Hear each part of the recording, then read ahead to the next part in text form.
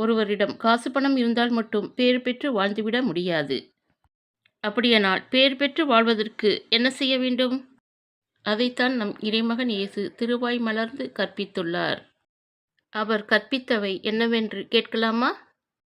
ஏழையரின் உள்ளத்தோர் பேறு பெற்றோர், ஏனெனில் விண்ணரசு அவர்களுக்கு உரியது. துயருறுவோர் பேறு பெற்றோர், ஏனெனில் அவர்கள் ஆறுதல் பெறுவர். கனிவுடையோர் பேறு பெற்றோர், ஏனெனில் அவர்கள் நாட்டை உரிமை சொத்தாக்கிக் கொள்வர். நீதி நிலைநாட்டும் வேட்கை கொண்டோர் பேறு பெற்றோர், ஏனெனில் அவர்கள் நிறைவு பெறுவர். இரக்கமுடையோர் பேறு பெற்றோர், ஏனெனில் அவர்கள் இரக்கம் பெறுவர். தூய்மையான உள்ளத்தோர் பேறு பெற்றோர், ஏனெனில் அவர்கள் கடவுளை காண்பார். அமைதி ஏற்படுத்துவோர் பேறு பெற்றோர், ஏனெனில் அவர்கள் கடவுளின் மக்கள் என அழைக்கப்படுவர். என் பொருட்டு மக்கள் உங்களை இகழ்ந்து துன்புறுத்தி உங்களை பற்றி இல்லாதவை பொல்லாதவைகளையெல்லாம் சொல்லும்போது நீங்கள் பேறு பெற்றவர்களே. என்னை தயக்கமின்றி ஏற்றுக்கொள்வோர் பேறு பெற்றோர் என்றார்.